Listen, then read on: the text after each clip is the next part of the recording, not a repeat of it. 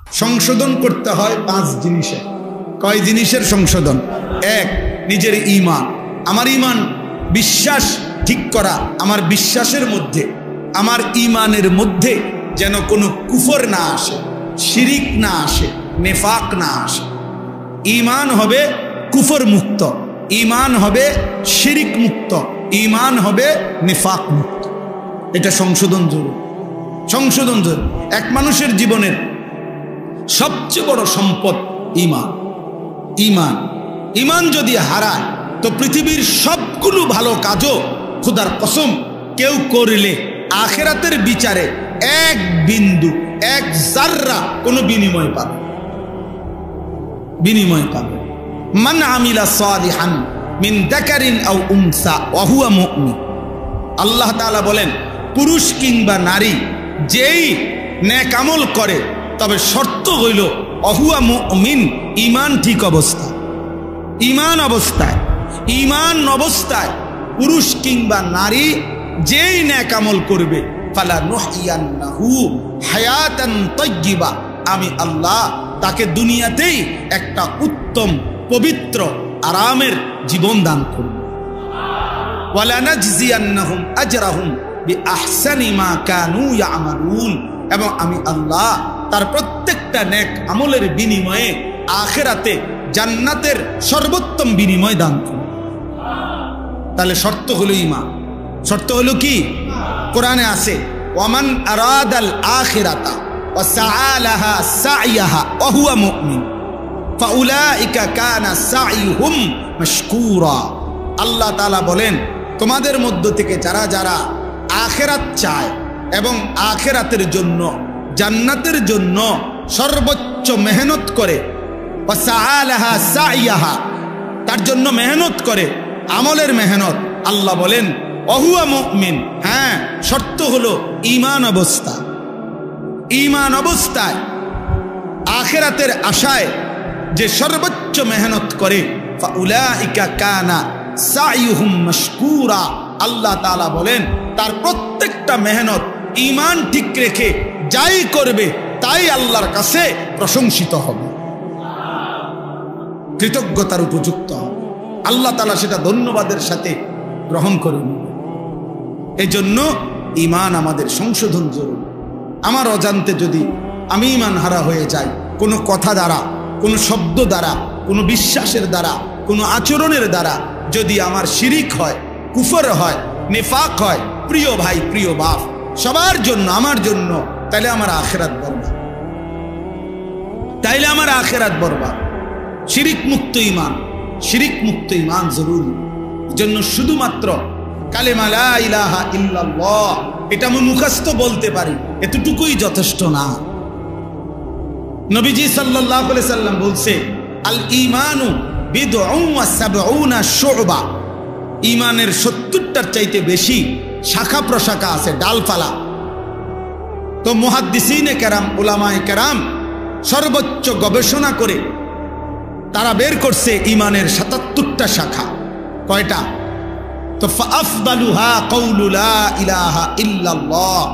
ঈমানের সবচেয়ে বড় শাখা লা ইলাহা ইল্লাল্লাহ, এই কালেমাটা বলা। তাহলে এটা তো ঈমানের একটা শাখা বড়, কিন্তু বাকি 76টা, বাকি 76টা কই? তাহলে আমার খবর নেওয়া উচিত।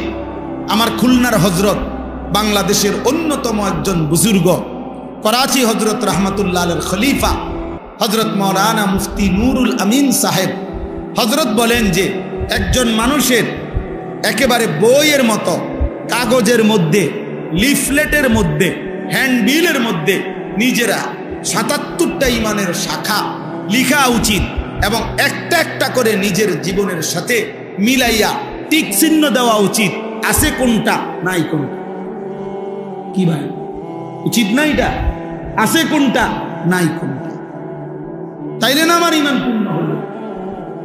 এটা আমারও উচিত, এটা আপনাদেরও উচিত, এটা তালেবে ইলমদেরও উচিত, এটা উস্তাদদেরও উচিত, এটা আলেমেরও উচিত, এটা আওয়ামেরও উচিত।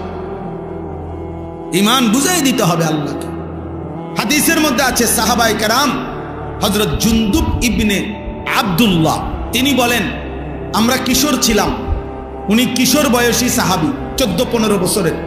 উনি বলেন, আমরা কয়েকজন কিশোর নবীজির কাছে লম্বা সময় কিছুদিন অবস্থান করলাম। কুন্না মা'আন নবী সাল্লাল্লাহু আলাইহি সাল্লাম ওয়া নাহনু হাযাবিরা।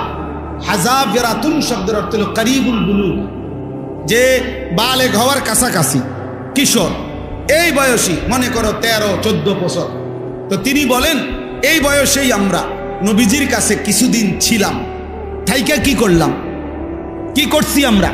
তো আল্লাহর নবী সাল্লাল্লাহু আলাইহি সাল্লামের সাহাবী বলেন জুনদুব, তিনি বলেন ফাতাআল্লামনাল ঈমান, আমরা নবীজির কাছে ঈমান শিখলাম, ঈমান শিখলাম।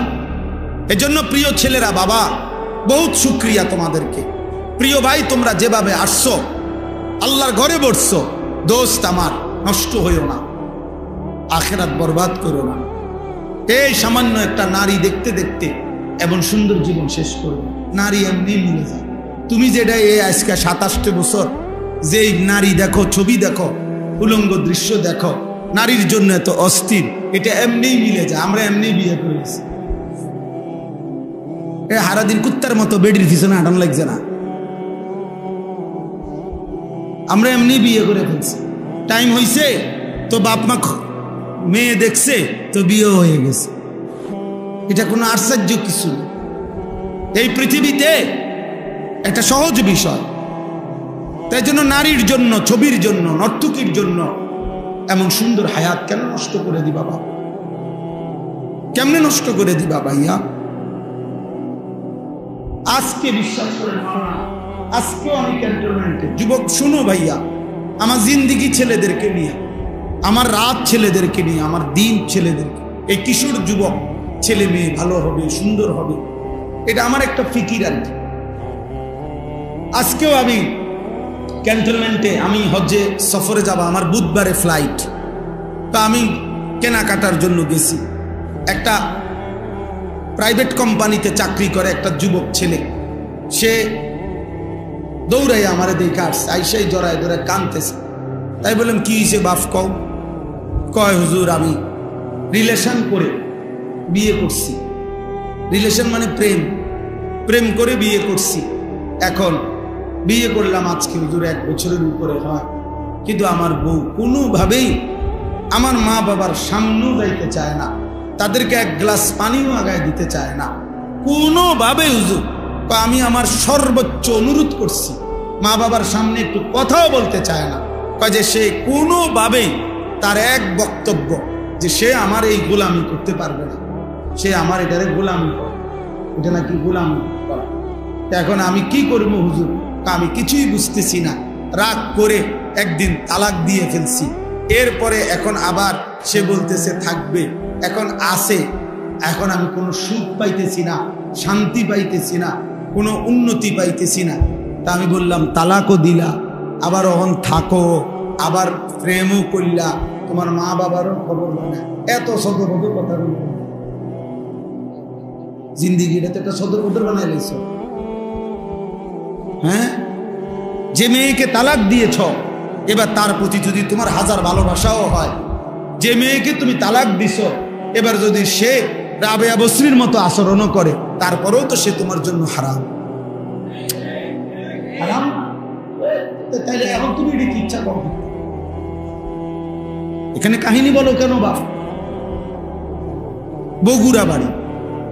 তাইলে আমি তখন তাকে বললাম যে ভাইয়া, নাম বলে দিছি যে তুমি অমুকখানে যাইবা, একজন মুফতি সাহেবের কাছ থেকে লিখিত ফতুয়া নিবা এবং খুব দ্রুত গতিতে বিচ্ছিন্ন, নাইলে জীবনটা তোমার আরো ধুকে ধুকে একদিন পথের কাঙ্গাল হইয়া একদিন ভিক্ষার থালা হাতে নিয়ে নিবে। কারণ এত বড় হারাম করো না।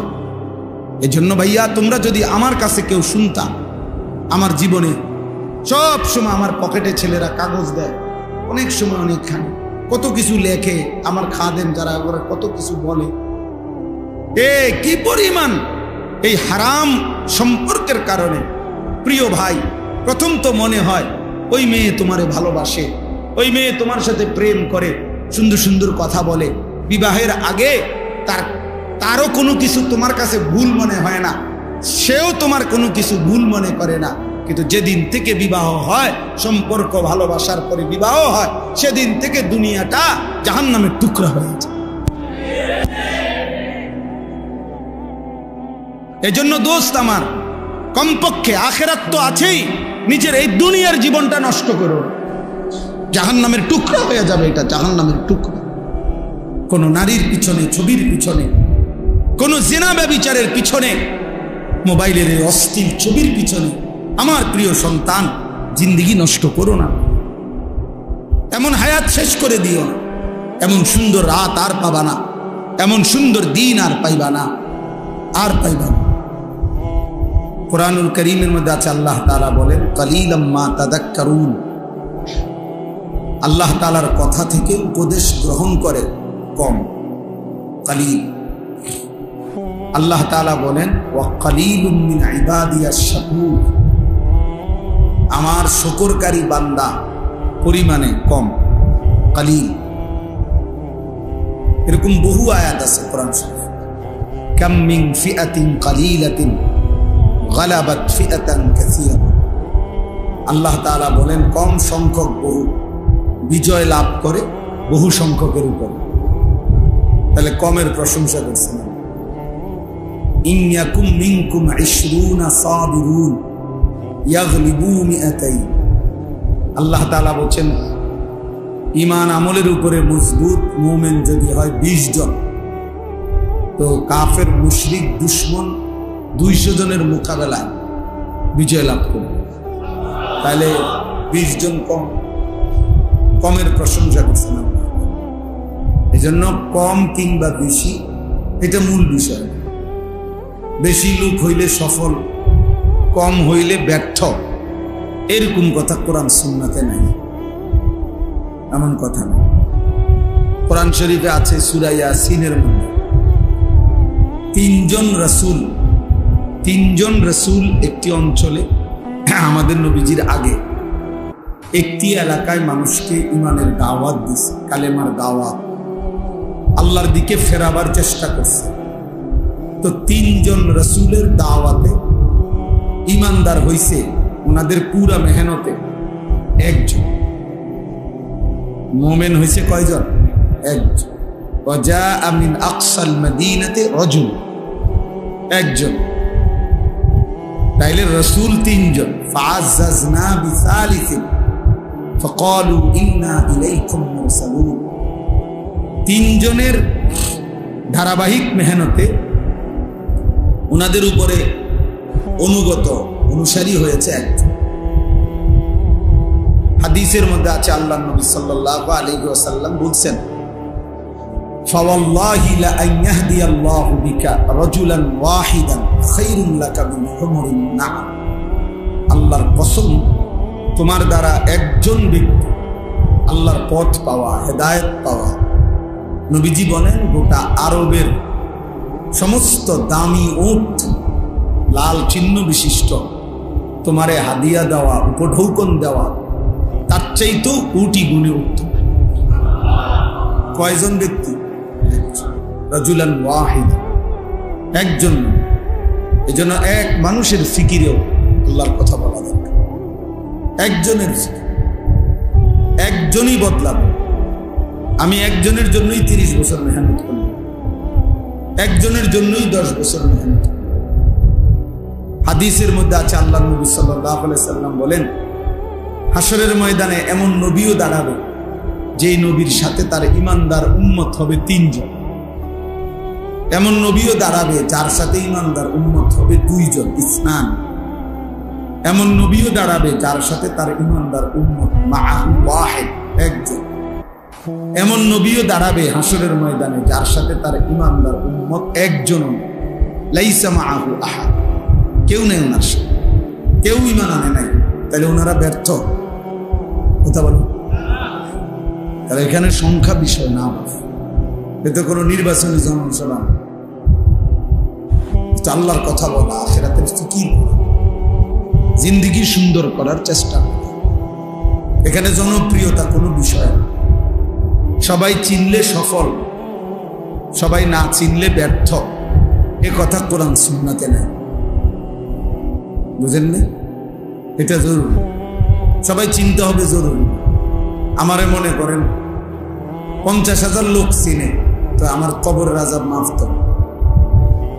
তো আল্লাহ বলে তো লাভ হলো কি?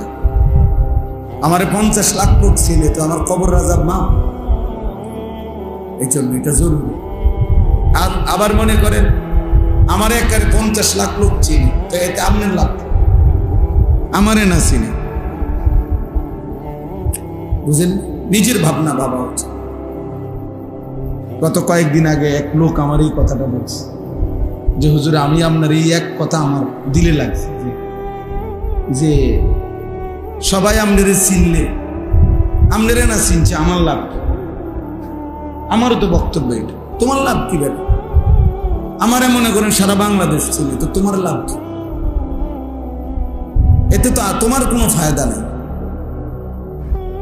এই জন্য দোস্ত, নওজোয়ান ভাই, তোমাদের কাছে এটা বুঝতে শিখো, এটা বুঝতে শিখো। আমাদের এই ইসলাহি মজলিস মূল ফিকির হলো আত্ম উপলব্ধি, ইসলাহে নফস, নিজের সংশোধন, আমার ঈমান, আমার আমল, আমার আখিরাত, আমার আখলাক, এটা ফিকির করা,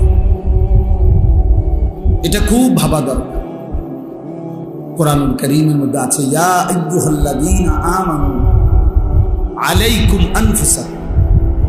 আল্লাহ তাআলা বলেন, হে ঈমানদারগণ, আলাইকুম আনফুসাকুম, তোমরা প্রত্যেকেই নিজেকে আঁকড়িয়ে ধরো। আলজিমু, নিজেকে আঁকড়িয়ে ধরো, নিজেকে গড়ে তোলো। আল্লাহ বলেন, লা ইয়াদুররুকুম মান দাল্লা ইযা হাদাইতুম, যদি তোমরা তোমাদের নিজেদেরকে হেদায়েতের উপরে তুলতে পারো, এবার গোটা পৃথিবী মিলে কেউ তোমাকে পথভ্রষ্ট করতে পারবে। আমার কলিজার ভিতরে যখন আল্লাহর ভয় ঢুকবে, আমি যখন বুঝব যে এটা হারাম, এবার গোটা পৃথিবী ল্যাংটা হইয়া নাসুক, আমি তাকাবো। গোটা পৃথিবী হারামের মধ্যে ডুবে থাকুক, আমি থাকব। মনে করেন আমরা 5 ভাই 3 বোন, তাহলে আমরা 8 জন ভাই বোন কুমিল্লা শহরের একবারে মেইন টাউনে আমরা বড় হয়েছি। আমার আব্বা কুমিল্লা শহরের প্রাণ কেন্দ্রে একটা মসজিদে ইমামতি করতেন, প্রাইমারি স্কুলে মাস্টারি করতেন। 43 বছর বাবা এক মসজিদে ইমাম ছিল। তো একবারে শহরের প্রাণ কেন্দ্র। এখন আমাদের ঘরের 4 দিকে সব বাসাতেই টেলিভিশন চলত, নাচ গান চলত। তো এর মাঝখান দিয়ে আমাদের একটা ঘর, সেই ঘরেই তো আমরা 40 বছর ছিলাম। যে আমার আব্বা মাও ছিল, আমরাও ছিলাম, বড় হলাম সব ভাই বোন। আমাদের ঘরে তো 40 বছরের কোনোদিন টেলিভিশন চালাইতে হয় নাই। আমাদের জিন্দিগি চলছে না, আমার বাবার জিন্দিগি চলছে না। তো বাবার সিদ্ধান্ত নিছে যে এই হারাম করা যাবে না। তো এবার গোটা মহল্লাবাসী সবাই ফুল সাউন্ড দিয়েও যদি ব্যাকসেট চালায়, তা আমার সমস্যা। আমি তো জানি এটা হারাম। সবাই ঠ্যাঙ্গালগি দিয়ে নাচতে, কি কাপড় খুললে নাচতে কি। আমি যখন জানি যে এটা হারাম, না জায়েজ, এটা করা যাবে না, এটা যদি আমার দিলে বসে, এবার গোটা পৃথিবী উলঙ্গ হলো, আমার কোনো সমস্যা, এটা জরুরি। এই জন্য দোস্ত, আল্লাহ তাআলা বলছেন, তালেব এলেন তোমরাও ভাই মনে কষ্ট নিও না। মূলত প্রয়োজনে আরেকদিন আসবো তুমি করে আরো বেশি বলার জন্য আলাদা। কিন্তু যেহেতু ইসলাহি মজলিসে অনেক এলাকার মানুষ আসছে, তা আমি চাইছিলাম যে ওনারা আলাদা বসুক। আমাদের কওমি মাদ্রাসার তালেব এলেমের জিন্দিগিটাই তরবিয়ত ওয়ালা, আলহামদুলিল্লাহ। আমরা মাদ্রাসার নিজামগুলো এভাবে সাজাই যে আমাদের বাচ্চা ইচ্ছা করলেও দাঁড়াইয়া পেশাব করতে পারে, আমাদের বাচ্চারা ইচ্ছা করলেও দস্তরখান ছাড়া খানা খাইতে পারে, আমাদের বাচ্চারা ইচ্ছা করলেও মেসওয়াক ছাড়া ওযু করতে পারে। তাহলে আলহামদুলিল্লাহ, দিবারাত্রি মাদ্রাসার নিয়মটাই সুন্নতে ভরা, তরবিয়তেই ভরা। এই জন্য আলহামদুলিল্লাহ ইসলাহের ফিকির তালেব এলেমদের জন্য উস্তাদরাই সম্মিলিতভাবে সর্বদাই করে থাকে। এই জন্য আওয়াম সাধারণ মানুষ যারা আছে তাদের ইসলাহের ফিকির খুব দরকার। তাদেরকে মাঝে মাঝে এরকম বসানোর দ্বারা, এই 2-4 কথা শুনবার দ্বারা, বলার দ্বারা আস্তে আস্তে দিল তৈরি হবে। এক কথাতে কেউ বদলায়া যাবে না, কিন্তু অব্যাহত বলতে থাকলে নিয়ম হলো, যদি কোনো পাথরের উপরেও যদি ধারাবাহিক বৃষ্টির পানির ফোঁটা পড়তে থাকে, একদিন দেখা যায় ওই পাথরটার মধ্যে ছিদ্র হয়ে গেছে, একটু ডাইবা গেছে। তাহলে যদি পাথর নরম হয়ে যায়, ছিদ্র হয়ে যায় ধারাবাহিক পানি পড়ার কারণে, তো ধারাবাহিক আল্লাহর কথা শুনতে শুনতে, বলতে বলতে একদিন পাথর দিল মানুষ ও জিন্দগি বদলায় যায়, বদলাইয়ে যায়। এই জন্য মূল ফায়সালা তো আল্লাহর হাতে।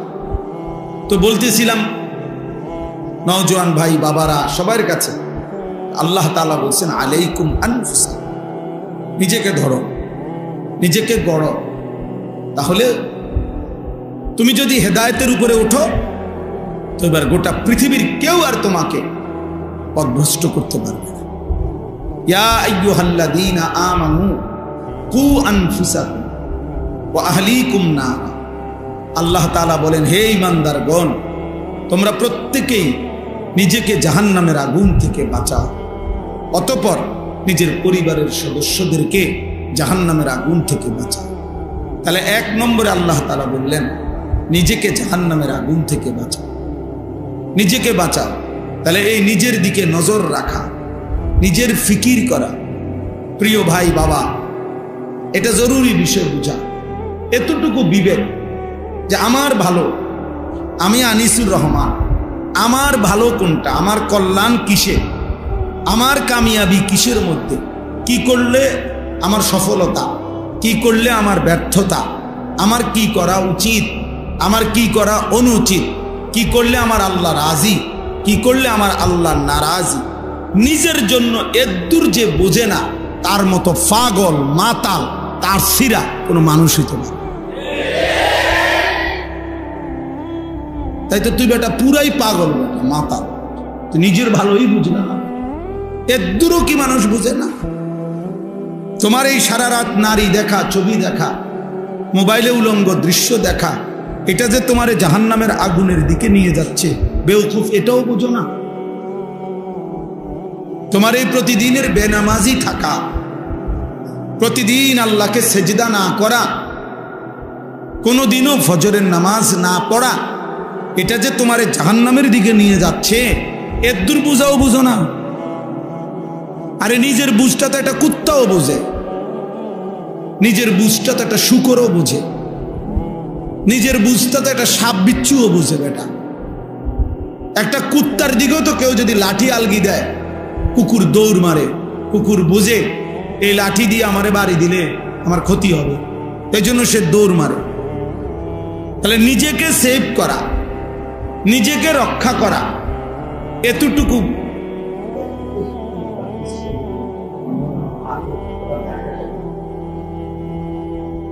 জি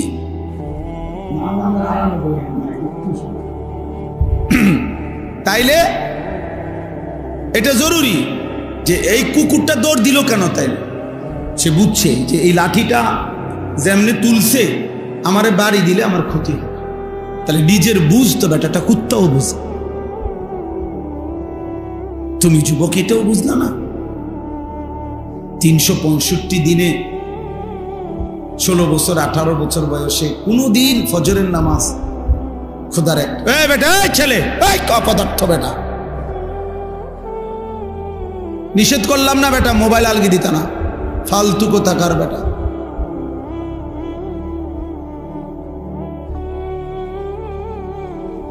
সাবধান, আমি ছেড়ে দই না মানুষ না। আমি বললাম না বিয়ে দরকার হলে আর কোনোদিন বলবো না, কিন্তু একদিন বলছি, একবার বলছি, একবার বুঝ করেই বল। খামখেয়ালির এক জিন্দিগি বানায় নিছি আমরা বিহার। নওজোয়ান ছেলে তোমরা, মাত্র 16 বছর বয়স, 14 বছর বয়স, 18 বছর বয়স, বাবা এই এত অল্প বয়সে যদি আল্লাহকে মোটেই মনে না পড়ে, 18 বছর হয়েছে না বেটা তোর, তুই যদি এখনই এক ওয়াক্ত নামাজ না পড়স তাইলে বাকি জিন্দেগি জানোয়ার তুই করবি কি বেটা? আরে বেটা হাইওয়ান, তুই বাকিটা হায়াত করবি কি বেটা? মাত্র 16 বছরে এত অল্প বয়সে আল্লাহরে এভাবে ভুলে গেলি বেটা? এত কম বয়সে,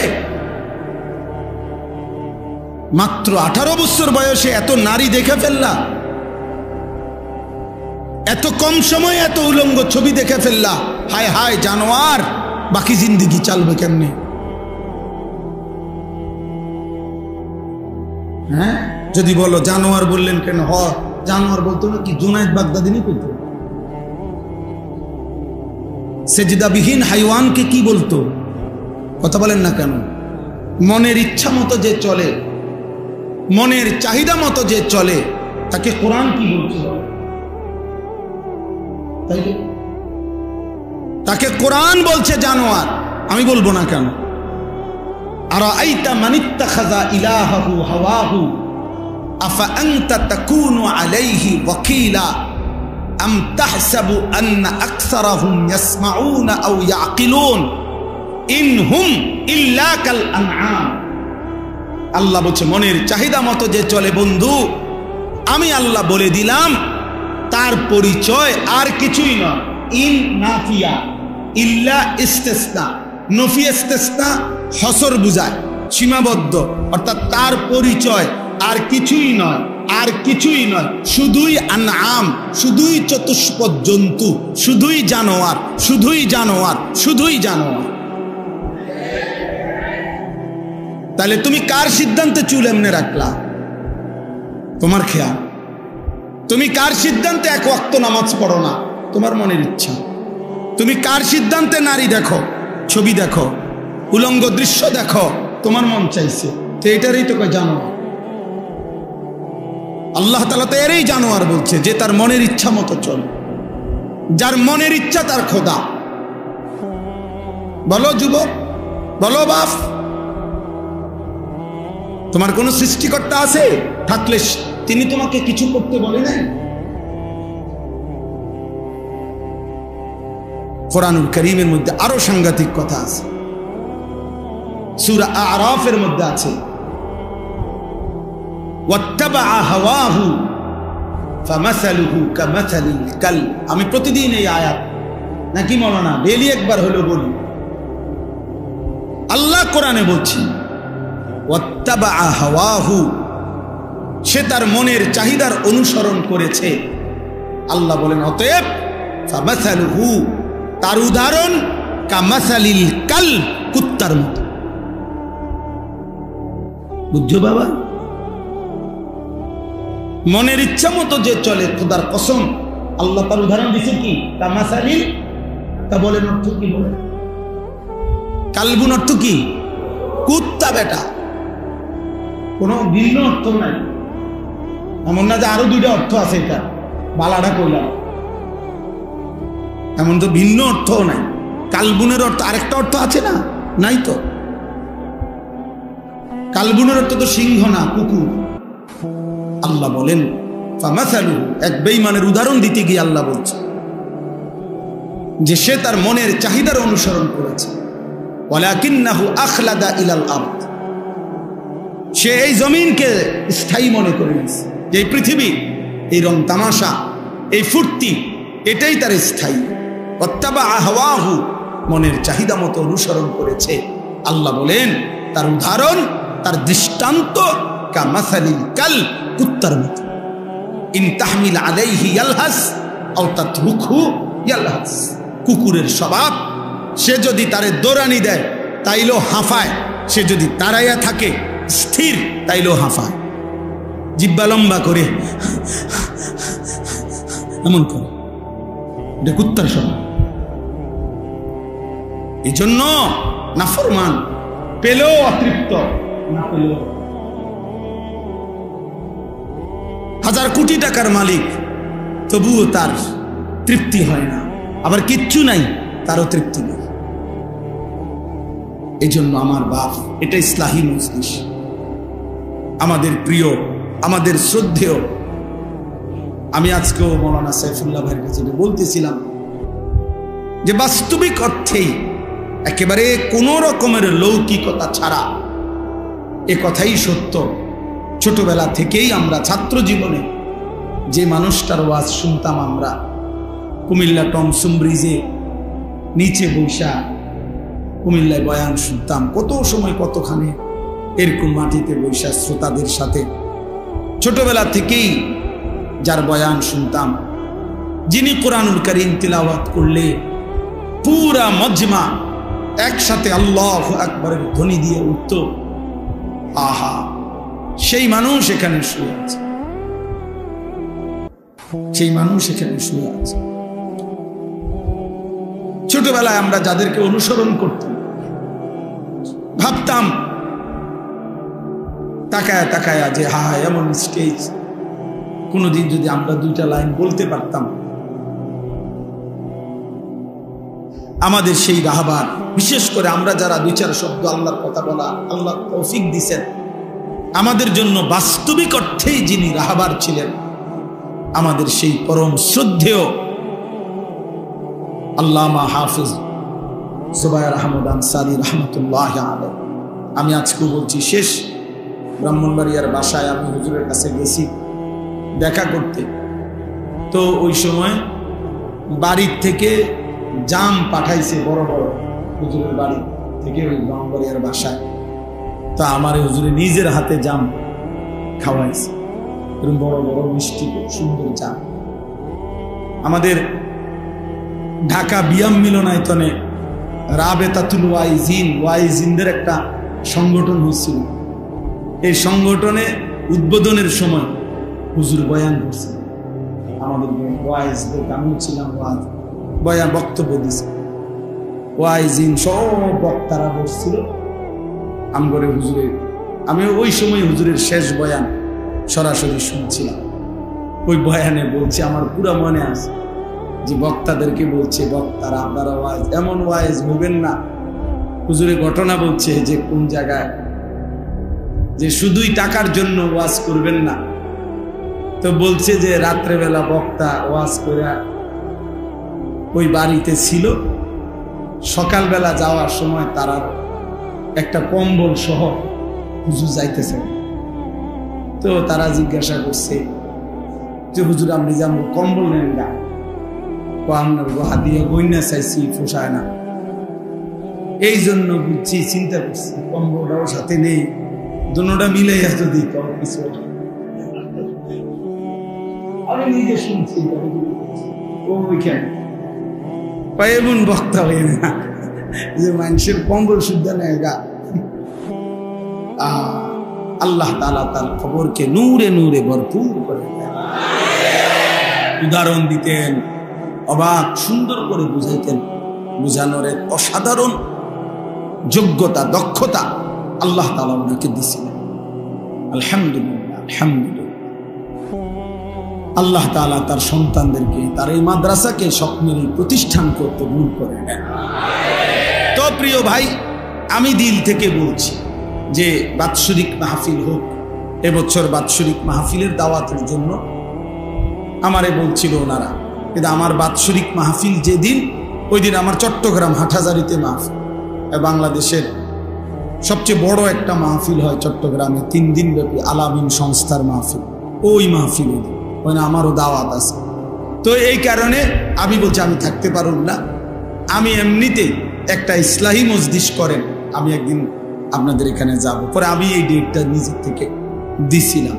তা আমার আজকেও কথা, আলহামদুলিল্লাহ, মুরব্বী ওলামায়ে কেরাম, মাদ্রাসার আসাতেজায়ে কেরাম সবাই আছেন, ইনশাআল্লাহ আমি দিল থেকে বলি যে এখানে যেন 3 মাসে হোক, 2 মাসে হোক, ত্রৈমাসিক হোক, একটা ইসলাহি মসজিদ, বছরে 4টা হোক, প্রয়োজনে 3টা ইসলাহি মসজিদ হইল, একটা বাৎসরিক মাহফিল হইল, এইভাবে যেন ধারাবাহিকভাবে আমাদের হুজুরের আপনার স্মরণেই যেন এখানে যিনি সারা জীবন আল্লাহর কথা বলছেন, তার এই মাদ্রাসা মসজিদ থেকে যেন নিয়মিত আল্লাহর কথা, দ্বীনি বয়ানাত, এখান থেকে যেন ইসলাহি মজলিসটা ধারাবাহিক হয়।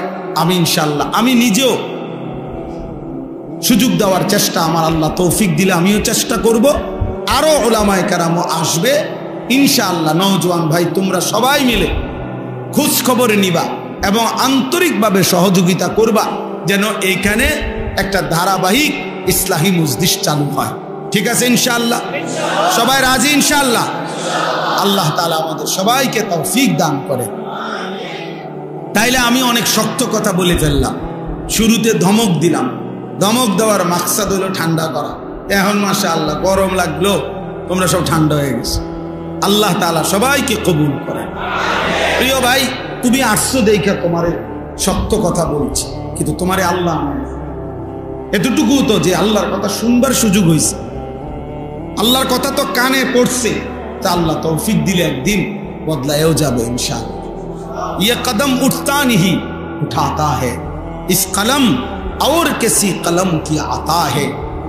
ভারতের একজন বিশ্ববিখ্যাত কবি ছিলেন জিগার মুরাদাবাদী রাহমাতুল্লাহ আলাইহি, হাকিমুল উম্মত মুজাদ্দিদুল মিল্লাত হযরত মাওলানা শাহ আশরাফ আলী থানভী রাহমাতুল্লাহ আলাইহির খাস মুরিদ ছিলেন। উনি কবিতার মধ্যে লিখছিলেন যে এই কদম আল্লাহর পথে নিজে নিজে হাঁটে না, কোনো এক অদৃশ্য মালিক তিনি হাঁটান। তাইলে ये कदम उठता नहीं उठाता है। এবং তিনি বলেন আল্লাহর কথা যেই কলম লেখে, এই কলম নিজে নিজে লেখে না, বরং লৌহে মাহফুজের কলম থেকে কালি নিয়ে এই কলম লিখতে থাকে। ইস কলম और किसी कलम की आता है, ভিন্ন আরেকটা কলমের দান এই কলমের লেখা, এই কলম। এজন্য আল্লাহ তাআলা আমাদেরকে আসবার তৌফিক দান করেছেন, বলেন আলহামদুলিল্লাহ। আল্লাহ তাআলা এই ইসলাহি মজলিস কবুল করে নেন। তাইলে আমার ভাই, মূল বক্তব্য প্রথম কথা হলো এটা যে এই ইসলাহি মজলিস মানে হলো ইসলাহে নফস, নিজের ফিকির, নিজের সংশোধন, আমার ঈমান, আমার আমল, আমার মুআমালাত, আমার মুআশারাত, আমার আখলাক সংশোধন করতে হয় 5 জিনিসে। কয় জিনিসের সংশোধন? 1, নিজের ঈমান, আমার ঈমান বিশ্বাস ঠিক করা, আমার বিশ্বাসের মধ্যে, আমার ঈমানের মধ্যে যেন কোনো কুফর না আসে, শিরিক না আসে, নেফাক না আসে। ঈমান হবে কুফর মুক্ত, ঈমান হবে শিরিক মুক্ত, ঈমান হবে নিফাক মুক্ত। এটা সংশোধন জরুরি, সংশোধন জরুরি। এক মানুষের জীবনের সবচেয়ে বড় সম্পদ ঈমান। ঈমান ঈমান যদি হারায় তো পৃথিবীর সবগুলো ভালো কাজও খোদার কসম কেউ করলে আখিরাতের বিচারে 1 বিন্দু 1 জাররা কোনো বিনিময় পাবে, বিনিময় পাবে। মান আমিলা সালিহান মিন যাকারিন আও উনসা ওয়া হুয়া মুমিন। আল্লাহ তাআলা বলেন পুরুষ কিংবা নারী যেই নেক আমল করে, তবে শর্ত হইল অহুয়া মুমিন, ঈমান ঠিক অবস্থা, ঈমান অবস্থায়, ঈমান অবস্থায় পুরুষ কিংবা নারী যেই নেক আমল করবে, ফালা নুহইয়ান্নাহু হায়াতান তাইয়্যিবা, আমি আল্লাহ তাকে দুনিয়াতেই একটা উত্তম পবিত্র আরামের জীবন দান করব। ওয়ালা নাজজিয়ান্নাহুম আজরাহুম বিআহসানি মা কানু ইয়ামালুন, এবং আমি আল্লাহ তার প্রত্যেকটা নেক আমলের বিনিময়ে আখিরাতে জান্নাতের সর্বোত্তম বিনিময় দান করব। তাহলে শর্ত হলো ঈমান। শর্ত হলো কি? কোরআনে আছে ওয়ামান আরাদাল আখিরাতা ওয়া সাআলাহা সাইয়াহা ওয়া হুয়া মুমিন ফাউলাইকা কানা সাইহুম মাশকুরা। আল্লাহ তাআলা বলেন তোমাদের মধ্য থেকে যারা যারা আখিরাত চায় এবং আখিরাতের জন্য, জান্নাতের জন্য সর্বোচ্চ মেহনত করে, ওয়া সাআলাহা সাইয়াহা, তার জন্য মেহনত করে, আমলের মেহনত, আল্লাহ বলেন ওহুয়া মুমিন। হ্যাঁ, শর্ত হলো ঈমান অবস্থা। ঈমান অবস্থায় আখিরাতের আশায় যে সর্বোচ্চ মেহনত করে, ফাউলাইকা কানা সাইহুম মাশকুরা। আল্লাহ তাআলা বলেন তার প্রত্যেকটা মেহনত ঈমান ঠিক রেখে যাই করবে তাই আল্লাহর কাছে প্রশংসিত হবে, কৃতজ্ঞতার উপযুক্ত হবে। আল্লাহ তাআলা সেটা ধন্যবাদের সাথে গ্রহণ করে নেবেন। এজন্য ঈমান আমাদের সংশোধন জরুরি। আমার অজান্তে যদি আমি ঈমান হারা হয়ে যাই, কোনো কথা দ্বারা, কোনো শব্দ দ্বারা, কোনো বিশ্বাসের দ্বারা, কোনো আচরণের দ্বারা যদি আমার শিরিক হয়, কুফর হয়, নিফাক হয়, প্রিয় ভাই প্রিয় বাপ সবার জন্য, আমার জন্য, তাইলে আমার আখিরাত বরবাদ, তাইলে আমার আখিরাত বরবাদ। শিরিক মুক্ত ঈমান, শিরিক মুক্ত ঈমান জরুরি।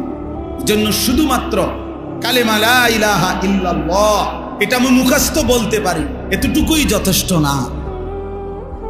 নবীজি সাল্লাল্লাহু আলাইহি সাল্লাম বলছে, আল ঈমানু বিদউন ওয়া সাবউনা শুবা, ঈমানের 70টার চাইতে বেশি শাখা প্রশাখা আছে, ডালপালা। তো মুহাদ্দিসিনে কেরাম, উলামায়ে কেরাম সর্বোচ্চ গবেষণা করে তারা বের করছে ঈমানের 77টা শাখা। কয়টা? তো ফাআফদালুহা কাউলু লা ইলাহা ইল্লাল্লাহ, ঈমানের সবচেয়ে বড় শাখা লা ইলাহা ইল্লাল্লাহ, এই কালেমাটা বলা। তাহলে এটা তো ঈমানের একটা শাখা বড়, কিন্তু বাকি 76টা, বাকি 76টা কই? তাহলে আমার খবর নেওয়া উচিত। আমার খুলনার হযরত, বাংলাদেশের অন্যতম একজন বুজুর্গ, করাচি হযরত রাহমাতুল্লাহ আলাইহির খলিফা হযরত মাওলানা মুফতি নুরুল আমিন সাহেব হযরত বলেন যে একজন মানুষের একেবারে বইয়ের মতো কাগজের মধ্যে, লিফলেটের মধ্যে, হ্যান্ডবিলের মধ্যে নিজেরা 77টা ঈমানের শাখা লিখা উচিত এবং একটা একটা করে নিজের জীবনের সাথে মিলাইয়া টিক চিহ্ন দেওয়া উচিত, আছে কোনটা নাই কোনটা। কি ভাই, উচিত না এটা? আছে কোনটা নাই কোনটা, তাইলে না আমার ঈমান পূর্ণ হলো। এটা আমারও উচিত, এটা আপনাদেরও উচিত, এটা তালেব ইলমদেরও উচিত, এটা উস্তাদদেরও উচিত, এটা আলেমেরও উচিত, এটা আওয়ামেরও উচিত। ঈমান বুঝাই দিতে হবে আল্লাহকে। হাদিসের মধ্যে আছে সাহাবায়ে কেরাম হযরত জুনদুব ইবনে আব্দুল্লাহ তিনি বলেন, আমরা কিশোর ছিলাম, উনি কিশোর বয়সী সাহাবী, 14-15 বছরের। উনি বলেন, আমরা কয়েকজন কিশোর নবীজির কাছে লম্বা সময় কিছুদিন অবস্থান করলাম। কুন্না মা'আন নবী সাল্লাল্লাহু আলাইহি সাল্লাম ওয়া নাহনু হাযাবিরা। হাযাবিরাতুন শব্দের অর্থ হলো করিবুল বুলুগ, যে বালেগ হওয়ার কাছাকাছি কিশোর, এই বয়সী, মনে করো 13-14 বছর। তো তিনি বলেন, এই বয়সেই আমরা নবীজির কাছে কিছুদিন ছিলাম, থাইকা কি করলাম, কি করছি আমরা? তো আল্লাহর নবী সাল্লাল্লাহু আলাইহি সাল্লামের সাহাবী বলেন জুনদুব, তিনি বলেন ফাতাআল্লামনাল ঈমান, আমরা নবীজির কাছে ঈমান শিখলাম, ঈমান শিখলাম। এজন্য প্রিয় ছেলেরা, বাবা বহুত শুকরিয়া তোমাদেরকে। প্রিয় ভাই, তোমরা যেভাবে আসছো, আল্লাহর ঘরে বসছো, দোস্ত আমার নষ্ট হইও না, আখিরাত বরবাদ করো না। এই সামান্য একটা নারী দেখতে দেখতে এমন সুন্দর জীবন শেষ করো। নারী এমনি মিলে যায়। তুমি যেটা এই আজকে 27 বছর যে নারী দেখো, ছবি দেখো, উলঙ্গ দৃশ্য দেখো, নারীর জন্য এত অস্থির, এটা এমনি মিলে যায়। আমরা এমনি বিয়ে করেছি, সারাদিন কুত্তার মতো বেডির পিছনে হাঁটানো লাগছে না, আমরা এমনি বিয়ে করে ফেলছি।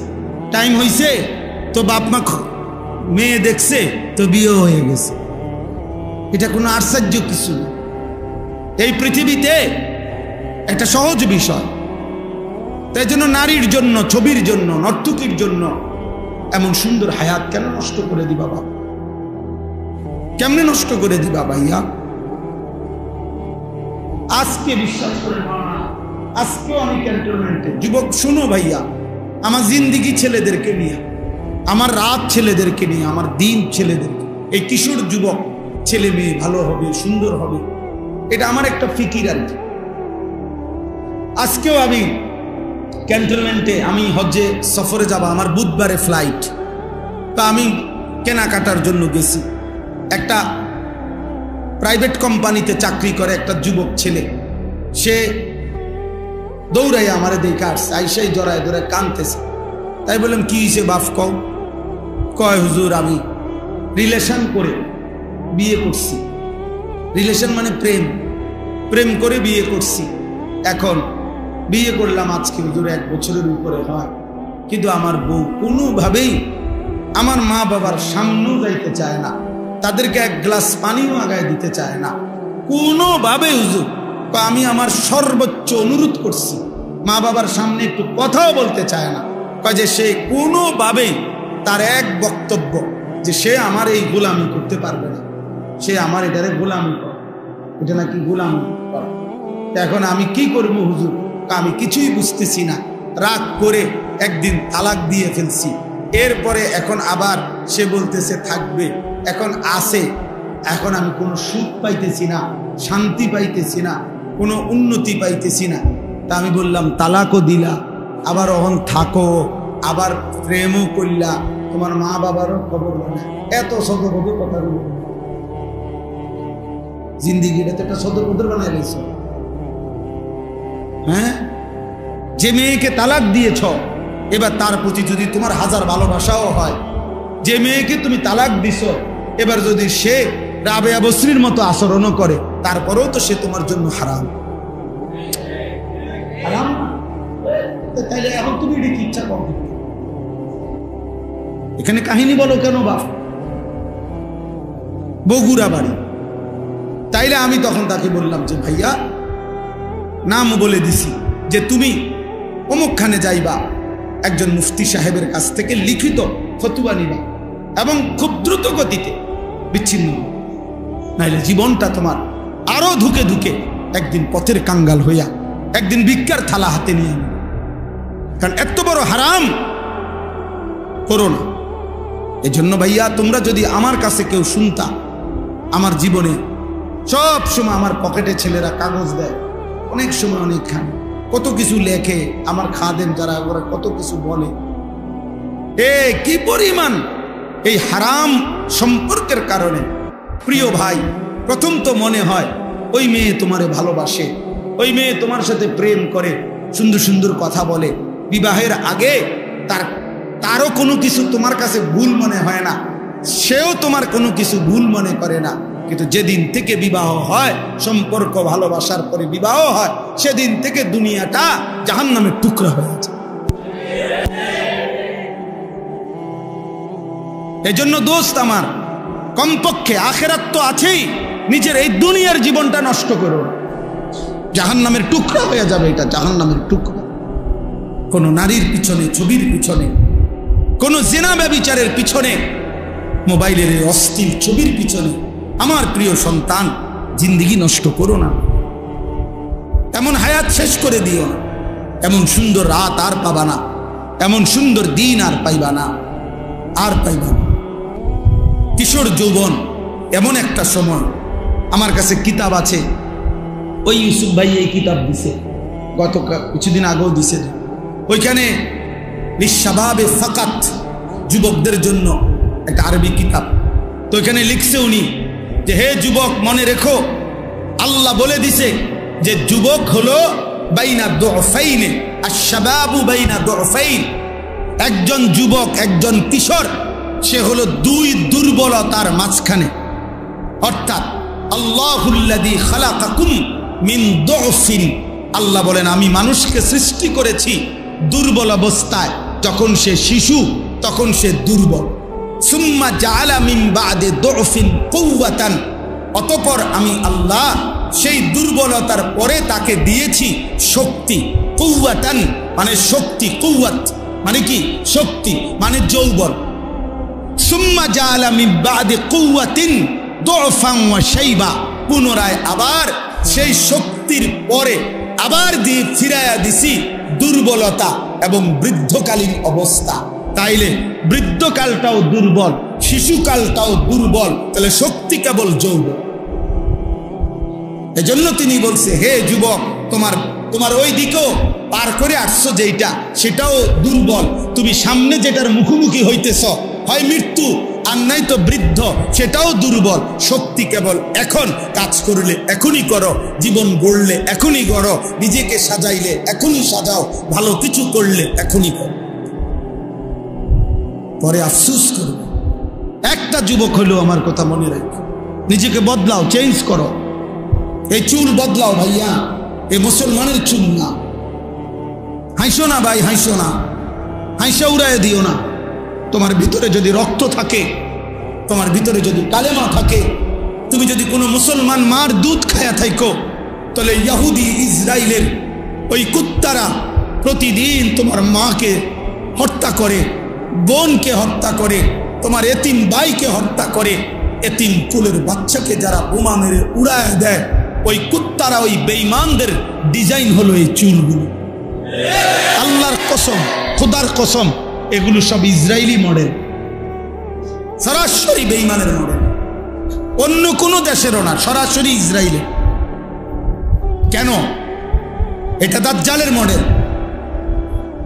আল্লাহর নবী বলছে, এখানে মুসলিম শরীফের হাদিস, নবীজি বলছে দাজ্জালের পরিচয় শাবুন, যুবক, কাতাতুন, চুল হবে এলোমেলো। হাদিস, ইন্নাহু শাবুন কাতাতুন আওয়ারুল আইন। নবীজি বলছে দাজ্জাল হবে যুবক, দাজ্জাল হবে এলোমেলো চুলওয়ালা, দাজ্জাল হবে বাম চোখ তেরা। তাইলে আল্লাহ রাসূল বলছে দাজ্জালের চুলের ব্যাপারে, নালে নবী আলাদা বললেন কেন? আর একেবারে ইহুদিদের সমস্ত কিতাবে আছে, ইহুদি যারা এই ইসরায়েলের, এদের ধর্মীয় বিশ্বাস হলো দাজ্জাল খোদা। তারা, আমরা বলি দাজ্জাল, তারা উনাকেই বলে মসিহে মাউউদ, প্রতিশ্রুত যিনি আসবেন সেই মসিহ, ওরা দাজ্জালকে বলে। ওরা মনে করে উনি খোদা। এই জন্য মসজিদে আকসার এখানে উনি আসবে, মানে এই দাজ্জাল, সে এখানে বসবে, এখান থেকে ইহুদিদেরকে সাথে নিয়ে সারা পৃথিবীতে মুসলমানদেরকে হত্যা করে ইহুদি রাজত্ব কায়েম করবে। বিশ্বাস করো প্রিয় ভাই, এটা তাদের ঈমান, এটা তাদের বিশ্বাস, এটা তাদের আকীদা। এই জন্য তারা মসজিদে আকসার সীমানা ছাড়তে দেয় না। এই জন্য তারা এই জায়গাটা এইভাবে মাটি কামড়াইয়া, আজকে কয়দিন যুদ্ধ চলে জানো? ৭৭ বছর। এই ছেলে শুনছো? ৭৭ বছর। 1948 সালে প্রথম এই ইসরায়েলের এই বেঈমানদের সাথে ফিলিস্তিনের মুসলমানের যুদ্ধ শুরু হয়েছে। 48 ইংরেজিতে, আজকে 2025, ৭৭ বছর গুণা। ৭৭ বছরেও তাদেরও ব্যাপক ক্ষয়ক্ষতি হয়েছে। এমনি মিডিয়াতে আসতে দেয় না আর কি, তারা এগুলো প্রচার করে না। তাদেরও ব্যাপক ক্ষয়ক্ষতি হয়েছে, কিন্তু তারা এই জায়গাটা ছাড়ে না। কেন ছাড়ে না? মসজিদে আকসার সীমানাটা ছাড়ে না তারা, গাজার সীমানা ছাড়তে চাচ্ছে না, ইসরায়েলের এই জমিন ছাড়ে না। কেন? কারণ তাদের বিশ্বাস আর কিছুদিন, আর কিছুদিন, আর কিছুদিন দাজ্জাল আসবে, সে বসবে এখানে, তাকে সাথে নিয়ে তারা সারা পৃথিবীতে ইহুদি রাজত্ব কায়েম করবে। এই ইসরায়েলের এক সময়কার প্রধানমন্ত্রী ঘোষণা দিছিল, মুহাম্মদের ওই মদিনা এটা আমাদের জায়গা। জানো মিয়া? হ্যাঁ, তাদের বিশ্বাস এটা। কারণ ওইখানে 3টা ইহুদি গোত্র ছিল মদিনাতে, বনু নজির, বনু কুরাইজা, বনু কাইনুকা। নবীজি সাল্লাল্লাহু আলাইহি সাল্লাম নবীজির হায়াতে যুদ্ধ করে সাহাবীদেরকে নিয়ে এই 3টা ইহুদি গোত্রকে আমাদের নবী মদিনার থেকে বিতাড়িত করছেন। এই জন্য তাদের ওই কথা মনে আছে। তাদের বিশ্বাস, তাদের পূর্বপুরুষ কই ছিল? মদিনায় ছিল, এটা তাদের জায়গা, খায়বার তাদের এলাকা, তাদের দাবি। এই জন্য তারা গোটা আরব বিশ্ব বিজয়ের স্বপ্ন দেখে। তাহলে এই যুদ্ধ দোস্ত ফিলিস্তিন আর ইসরায়েলের যুদ্ধ না, এটা ঈমান এবং কুফরের যুদ্ধ। সারা পৃথিবীর মুমিন একদিকে, সারা পৃথিবীর বেঈমান একদিকে। হ্যাঁ, এটা হলো স্যাম্পল, শুধু ইসরায়েল আর ফিলিস্তিন স্যাম্পল চলতেছে। এই যুদ্ধ, এই সংগ্রাম সারা পৃথিবী ছড়াবে, সারা পৃথিবী। যেদিন ভারত পাকিস্তানকে আক্রমণের হুমকি দিছে এই কাশ্মীর ইস্যুতে, সাথে সাথে 1 ঘন্টা লাগে নাই, ইসরায়েলের কুত্তায় ওইখান থেকে ঘোষণা দিছে, আমরা তোমার পাশে আছি। হ্যাঁ, 1 ঘন্টার ভিতরে ঘোষণা দিছে। যখন পাকিস্তান আপনার বিজয় হয়েছে, ভারতকে সোজা করে ফেলছে, ঘাড় নামায় দিছে, তখন ওই বুড়া শয়তান আমেরিকার এই বুড়া গিয়া এখন আরব বিশ্বে টুটো টুটো করে ঘুরতেছে। সে বোঝো না, অগরে একটা ফিনিশিং দিছে আর কি, সারা বিশ্ব রাজনীতির হিসাব একটাই, যে আগামীর সময়টা ঈমান আর কুফরের যুদ্ধ। এজন্য সেদিন যদি তুমি ঈমানদার হইতে না পারো, তোমার এই চুল তোমারে নাফরমানদের দলভুক্ত করে দিবে। তোমার এই ধারাবাহিক নামাজ না পড়া তোমারে নাফরমানদের অন্তর্ভুক্ত করে দিবে। তুমি পারতা না ভাইয়া দুইটা স্লোগান দেওয়া আর ঈমানের দাবিতে কলিজার খুন দেওয়া এক কথা না, এক কথা না। এজন্য যুবক ভাই, ছেলেরা, বাপ, তোমার আব্বা মুসলমান, তোমার মা মুসলমান, তোমার রক্তে ইসলাম, তুমি তোমার ধর্মের সাথে এত বড় জুলুম করো না। তুমি তোমার আল্লাহকে ভুলে যেও না, তুমি তোমার রাসূলকে ভুলে যেও। নবী বলবে, উম্মত আমি সেই নবী, 23টা বছর উম্মত আমি বিছানায় গাও লাগাইছি, যে দূর উম্মতের ফিকিরে দাঁড়িয়েছিলাম তার চাইতে কোটি গুণ বেশি।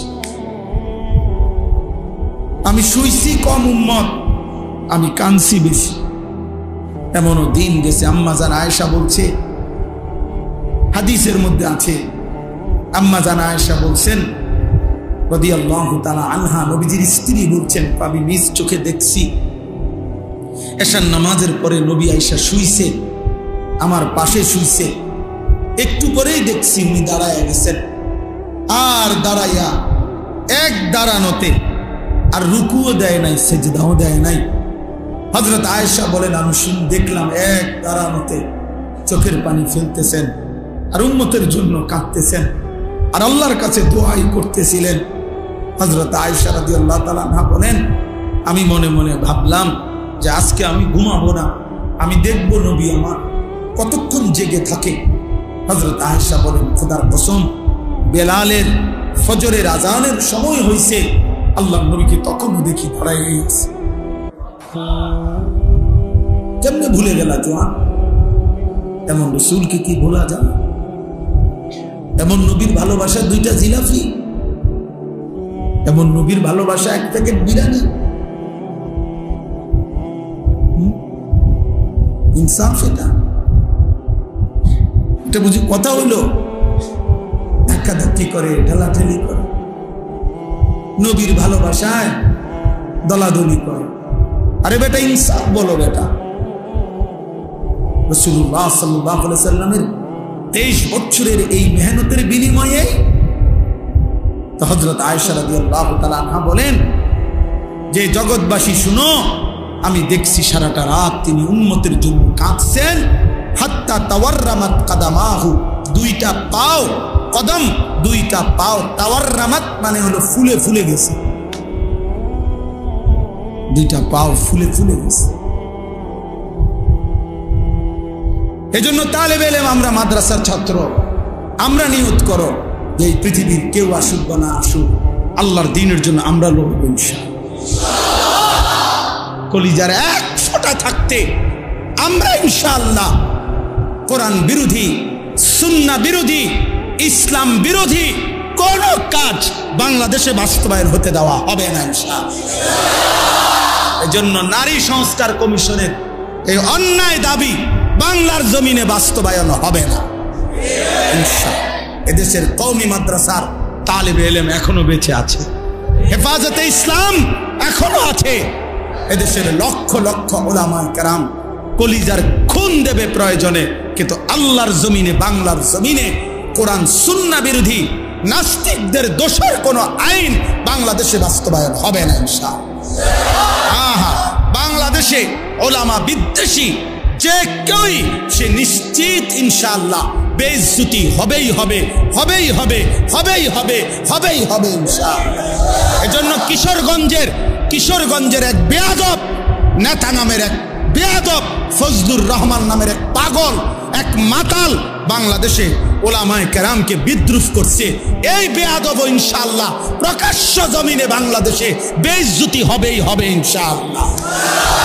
এই বেইজ্জতি, ওই বেয়াদব বাংলাদেশের উলামায়ে কেরামকে প্রচন্ডভাবে বিদ্রুপ করছে।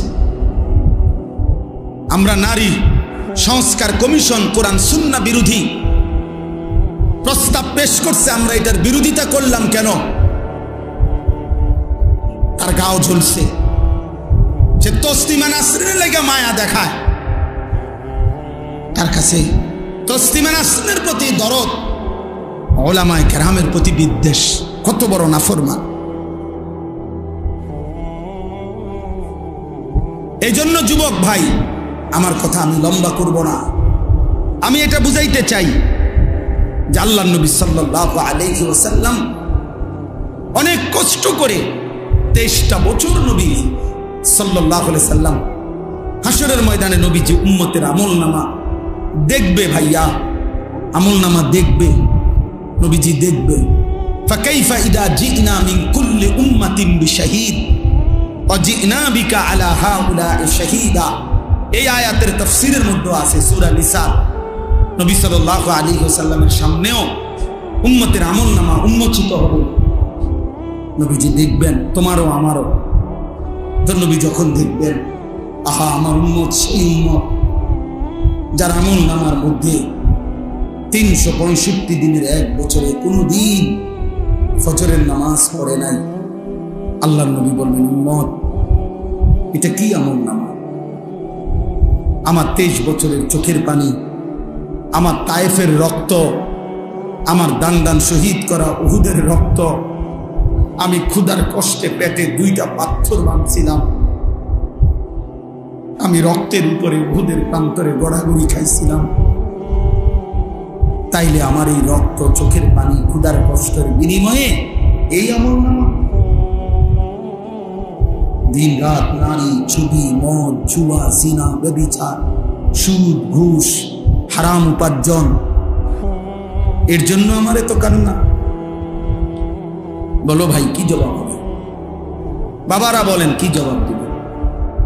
30 বছর যিনি সুদ খাইতেছেন, আপনি কেমনে দাঁড়াইবেন?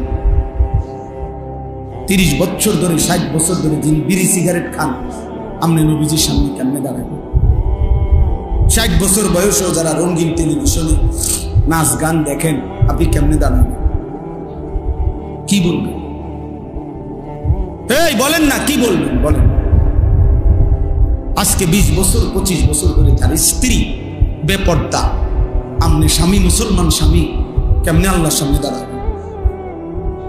যার ছেলেটা 18 বছর 20 বছর, আপনি জীবিত বাপ, বাপ জীবিত থাকতে, মা জীবিত থাকতে ছেলেটা কোনোদিন ফজরের নামাজ পড়ে না, একটা হাইওয়ান জানোয়ারের মতো ঘুমায় থাকে, আহা ওই বাপ কি বলবে? আল্লাহ কি বলবে? সংসার মানে কি? সংসার মানে খাট পালং, সংসার মানে সোফা, সংসার মানে তো স্ত্রী সন্তান। মানুষ তো সংসার বলে স্ত্রী সন্তানকে।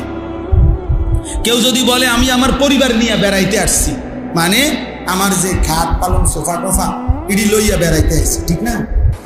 তো কি বউ বাচ্চা নিয়ে আসছি? কথা বলেন না কেন? মানুষ যখন কথায় কথায় বলে যে আমি পরিবার নিয়ে আসছি বেড়াইতে, অর্থ কি?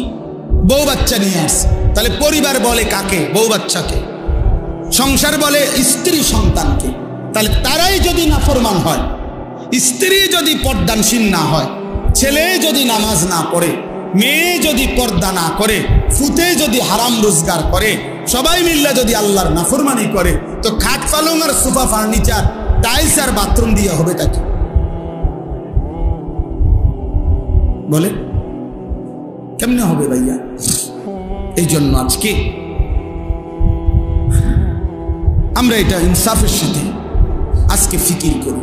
আমি অন্য প্রসঙ্গ বলতে চাইছিলাম, মূলত কোরবানির কথা বলতে চাইছিলাম। এই জন্য ফাসাল্লি লিরাব্বিকা ওয়ানহার এটা পড়ছিলাম, সূরা কাউসার। আর লম্বা করব না, সূরা কাউসার পড়ছিলাম, ছোট্ট 3টা আয়াত। ইন্না আ'তাইনাকাল কাউসার, আল্লাহ বলছেন নবী আপনাকে আমি কাউসার দিয়েছি।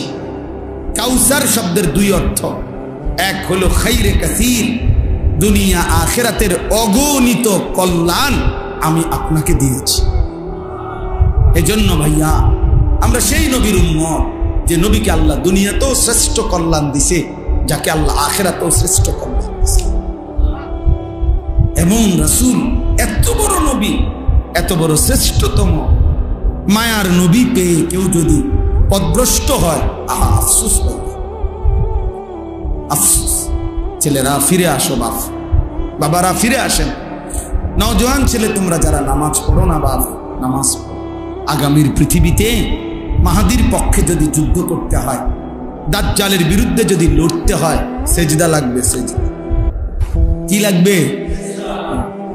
হাদিসে আছে ঈসা আলাইহিস সালাম আসরের নামাজের সময় নেমে আসবে জমিনে, আর ফজরের নামাজ পড়ে ইমাম মাহাদির বাহিনী নিয়ে ফজর পড়ে মাহাদি এবং ঈসা ফজরের মুসল্লি সাথে নিয়ে দাজ্জালের বিরুদ্ধে চূড়ান্ত শেষ লড়াই নামবে, শুরু করবে। এবং ওই আক্রমণেই ঈসা আলাইহিস সালামের হাতে দাজ্জাল নিহত হবে। এজন্য ফজরের মুসল্লি যারা ঈসা এবং মাহাদির সঙ্গীতা, ফজরের মুসল্লি যারা দাজ্জালের বিরুদ্ধে লড়বে। তাহলে 7:30 8টা বাজে 9টা বাজে উঠা নাফরমান তুমি কোন দিকে যাইবে? বুঝো নাই বাবা? তুমি তো ফজরের নামাজ পড়ো নাই, তো তুমি তো ফজরের মুসল্লি দেখো নাই, তুমি তো ঈসারও দেখো নাই, তুমি তো মাহাদিকেও দেখো নাই, তো তুমি 9টা বাজে উঠটা কি পাই? 8:30 বাজে উঠতে হ্যাঁ কি দেখবে? মুমিনের বাহিনী তো চলে গেছে যুদ্ধে, নাফরমান তখন পড়ে আছে। এই জন্য ভাইয়া ফজরের নামাজও, ফজরের নামাজ বিজয়ের নামাজ। কোন নামাজ? ফজরের ওয়াক্ত বিজয়ের ওয়াক্ত। হ্যাঁ, এই আজই কথা শুনেন, এই যে 10ই মে, এই মাসের 10 তারিখ শনিবার ফজরের নামাজ পড়ে সারা পৃথিবীর চ্যানেলে আসছে, এটা সব খবরে আসছে। ফজরের নামাজের সালাম ফিরাইয়াই নারায়ে তাকবীর আল্লাহু আকবারের স্লোগান দিয়ে পাকিস্তানের মধ্যে মুজাহিদ সেনাবাহিনী এই ইন্ডিয়ার বেঈমানদের উপরে শেষ এই চূড়ান্ত হামলাটা করছে ফজরের নামাজের পর। হ্যাঁ, আমি নিজে দেখছি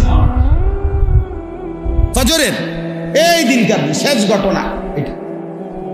ঠিক 3 ঘন্টা লাগে নাই, বললাম না আমেরিকার বুড়া আব্বা, হ্যাঁ আমেরিকার বুড়া মিয়া ইন্ডিয়ায় ফোন দিছে, থাইমালাও ছাড়তা না, উড়াইয়া লাইব উড়াইয়া। হ্যাঁ, দোনো বুড়া ঠান্ডা হয়ে গেছে। মোদি বেইজ্জতি হয়েছে, ইনশাআল্লাহ নেতানিয়াহুও বেইজ্জতি হবে। ইমানের বিজয় হবেই হবে, জিতবেই ফিলিস্তিন ইনশাআল্লাহ, হারবেই ইসরায়েল, হারবেই ইসরায়েল। এজন্য এটা জরুরি।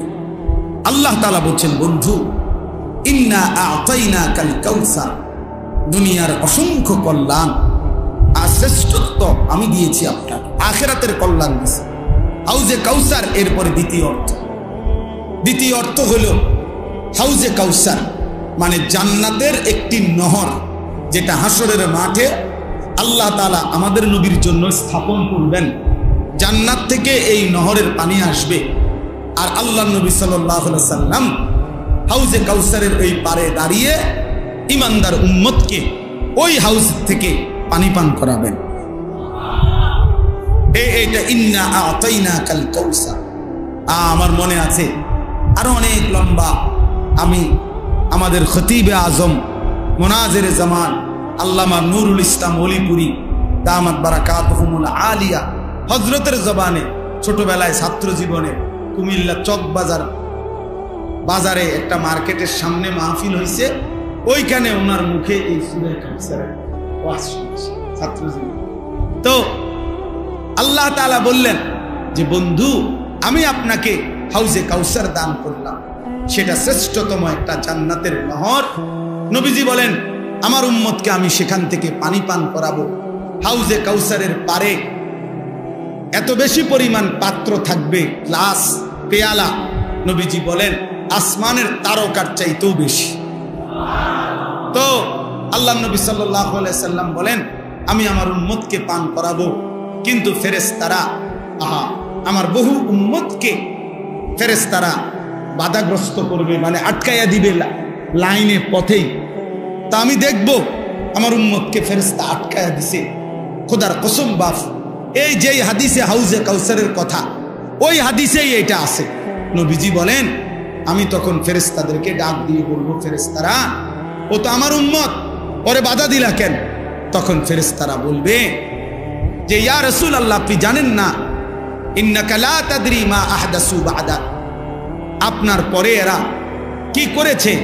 আপনার দিন বিকৃত করে দিয়েছে, আপনার 23 বছর ভুলে গেছে, আপনার সুন্নাত, আপনার জিন্দেগি, আপনার চেহারা, আপনার আখলাক, আপনার সিরাত, আপনার সুরাত সবকিছু তারা উল্টা করে ফেলেছে, বিরোধিতা করেছে, এর উল্টা করেছে, নিজের মন মতো জিন্দেগি চালাইছে।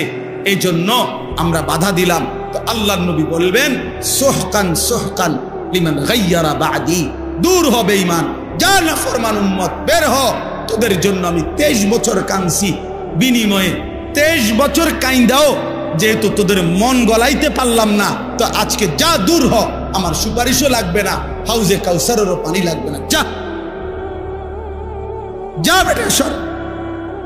সেদিন বুঝবা দোস্ত, কাছে আইসা নবীজিকে দেইখা যখন বিতাড়িত হয়ে যাবে, তখন কি পরিমাণ কলজাটা ছিঁড়ে যাবে, তখন সে বুঝবে, হায় এত বড় হাসরের ময়দানে আজ আমার কোনো আশ্রয় না। ফামালিজ জালিমিনা মিন আনসার। রব্বুল আলামিন বলেন, সেদিন জালেম আর কোনো সাহায্যকারী পাবে না। فإذا نفخ في الصور فلا أنساب بينهم يومئذ ولا يتساءلون। রব্বুল আলামিন বলেন, ইসরাফিল যখন ফু দিবে, হাসরের মাঠ যখন কায়েম হবে, কোটি কোটি মানুষ যখন দাঁড়াবে, সেদিন কেউ কাউকে বংশের পরিচয় দিবে না। ফালা আনসাবা, নসব মানে বংশ, আত্মীয়তার সম্পর্কের কোনো পরিচয় দিবে না। ওয়ালা ইয়াতাসাআলুন, কেউ কাউকে ভালো মন্দ কিছুই জিজ্ঞেস করবে না। হাদিসের মধ্যে আছে, আল্লাহর নবী বলেন, ইব্রাহিমের মতো নবী তার সন্তান ইসমাইলকে দেখবে, কিন্তু একবারও ডাকবে না। ইয়াকুব নবীর মতো নবী ইউসুফকে দেখবে। খোদার কসম বন্ধু, ইউসুফ তো সেই ছেলে, 40 বছর ইয়াকুব নবী যেই ছেলের জন্য কাঁদছিল,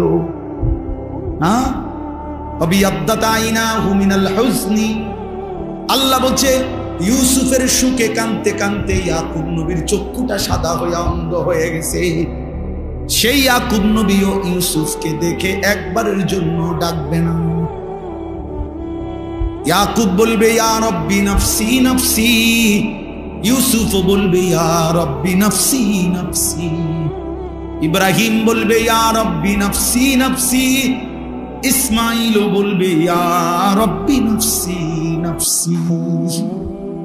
মুসা নবী বলবে, লা আসআলুকাল ইয়াউমা উম্মি ওয়ালা উখতি। মুসা নবীর মতো নবী বলবে, আল্লাহ আমি আমার মাকেও চাই না, বোনকেও চাই না, বাল আসআলুকাল ইয়াউমা নাফসি, আজ শুধু আমি আমাকেই বাঁচাইতে চাই। তুমি কে, আমি কে? হ্যাঁ, আল্লাহ আমাদেরকে বুঝ দান করেন। ফাসাল্লি লিরাব্বিকা ওয়ানহার, আল্লাহ তাআলা বলেন, অতএব বন্ধু, হাউজে কাউসারের মতো নিয়ামত দিলাম, দুনিয়া আখিরাতের কল্যাণ দিলাম। অতএব যাকে আমি আল্লাহ তাআলা বড় কোনো নিয়ামত দেই, তার উচিত 2টা কাজ করা। 1, আমি রবের জন্য নামাজ পড়া। 2, আমার জন্য কুরবানি করা। এজন্য যাকে আল্লাহ নিয়ামত দেয়, তার উচিত আল্লাহকে সেজদা করা। যাকে আল্লাহ নিয়ামত দেয়, তার উচিত আল্লাহর পথে সম্পদের কুরবানি করা। ইন্না শানিআকা হুয়াল আবতার। নবীজির শেষ ছেলেটা যখন মারা গেছে, মক্কার কিছু কাফের বলছিল মুহাম্মদ নির্বংশ, মুহাম্মদের আর নাম নিশানা থাকবে না পৃথিবীতে। আল্লাহ বলেন, বন্ধু আমি ওয়াদা দিলাম আপনার বিদ্রুপকারী যারা, আপনার বিরোধিতাকারী যারা, তারাই নির্বংশ, তাদেরই নার নিশানা থাকবে না, আপনার নামও থাকবে, আপনার দিনও থাকবে, আপনার ফিকিরও থাকবে, আপনার মেহনতও, আপনার বংশধরও কিয়ামত পর্যন্তই থেকে যাবে। এই জন্য আজকে আর আবু জেহেল, আবু লাহাব, উতবা, সাইবা, আস ইবনে ওয়াইল এসব বেঈমানদের নাম কোন কুত্তাও নেয়। এগুলোর নাম বংশ নাই, ঠিকানা নাই, কিচ্ছু বায়োডাটা নাই, আব্বার নাম চাচার নাম কিচ্ছু নাই, কিচ্ছু বেলে নাই। কিন্তু রাসূলুল্লাহ সাল্লাল্লাহু আলাইহি সাল্লামের খানদান হযরতে হাসানের বংশধর, হযরতে হুসাইনের বংশধর ছিল, আছে, থাকবে ইনশাআল্লাহ। এজন্য চলো ভাই, মুমিনের নামই পৃথিবীতে থাকবে, নাফরমানের নাম থাকবে। আল্লাহ তাআলা আমাদেরকে বুঝ দান করেন। তাহলে কি বললাম? বললাম দুই কথা। এক নম্বর কথা হলো আমাদের প্রত্যেকের ইসলাম সংশোধন দরকার কিনা। দুই নম্বর হলো যে আল্লাহ তাআলা আমাদেরকে অগণিত নিয়ামত দিয়েছেন, এই শরীর, স্বাস্থ্য, সুস্থতা, চোখ, নাক, কান, হাত, পাও, আসমান, জমিন, চন্দ্র, সূর্য, আমার জিন্দেগির যা কিছু সব আল্লাহর দেওয়া নিয়ামত। অতএব এই নিয়ামতের শুকর হিসাবে উচিত আল্লাহকে সেজদা করা। কাকে সেজদা করা? ফাসাল্লি লিরাব্বিক, আল্লাহকে সেজদা করা, নামাজ পড়া এবং কোরবানি সহ, মানে আল্লাহর পথে নিজের সম্পদ ব্যয় করা। এই জন্য আজকে এই শেষবারের মতো আমার কিশোর যুবক ভাই, তোমাদের কাছে আমার একটা শেষ অনুরোধ, তোমরা নামাজ পড়ো। বলো ভাইয়া ইনশাআল্লাহ, বলো নওজোয়ান, বলো ইনশাআল্লাহ। একটা আমি এত বড় বুজুর্গের মাদ্রাসা, এত বড় মহান মানুষের এই মাদ্রাসা, অনেক আলেম উলামা, তালিবে ইলম, আমি একটা আবদার করি, রাগ হইও না, শরমও পাইও না, শরমের কিচ্ছু নাই। আল্লাহর জন্য তুমি হিম্মত করো, দেখো ইনশাআল্লাহ দুনিয়াতেও সম্মানিত হইবা, আখিরাতেও সম্মানিত হইবা। আমার একটা আবদার আছে, আবদারটা হইল তোমরা যাদের এই চুল, এই ডান দিকে বাম দিকে সামনে বড়, এই ফ্যাশনেবল চুল, তোমরা দাঁড়াইয়া বলো যে এই চুল কাইটা ফেলবা, সমান করবা, চাই বলো, যে নিয়ত করো, এক হিম্মত করো। আমি দোয়া করুন দিল থেকে ইনশাআল্লাহ। এত তালেবে ইলম দোয়া করবে, উলামায়ে কেরাম, তোম বললে লজ্জার কিচ্ছু নাই, তুমি ঠকবা না ইনশাআল্লাহ, তুমি জিতবা। আমি বললাম তুমি জিতবা, দাঁড়াও, হিম্মত করো। যাদের চুল না, দাঁড়াও, দাঁড়াইতে হবে, দাঁড়াও বাবা, মাশাআল্লাহ, শর্মায়ও না, হিম্মত করো, হিম্মত করো, হিম্মত করো যুবক, নিয়ত, পাক্কা নিয়ত করে দাঁড়াও, ধোকা দিও না। আমি কোনো তোমার লেগে ভোটে দাঁড়াইছি না, কাজেই আমি তোমার আখিরাতের আশায় বলছি, পাক্কা নিয়ত ইনশাআল্লাহ। নিয়ত ঠিক আছে তো ইনশাআল্লাহ? কি করবা ভাইয়া কও? চুল সোজা করবো, সোজা বলো, কি করবা? আল্লাহ তোমাদের তৌফিক দান করে।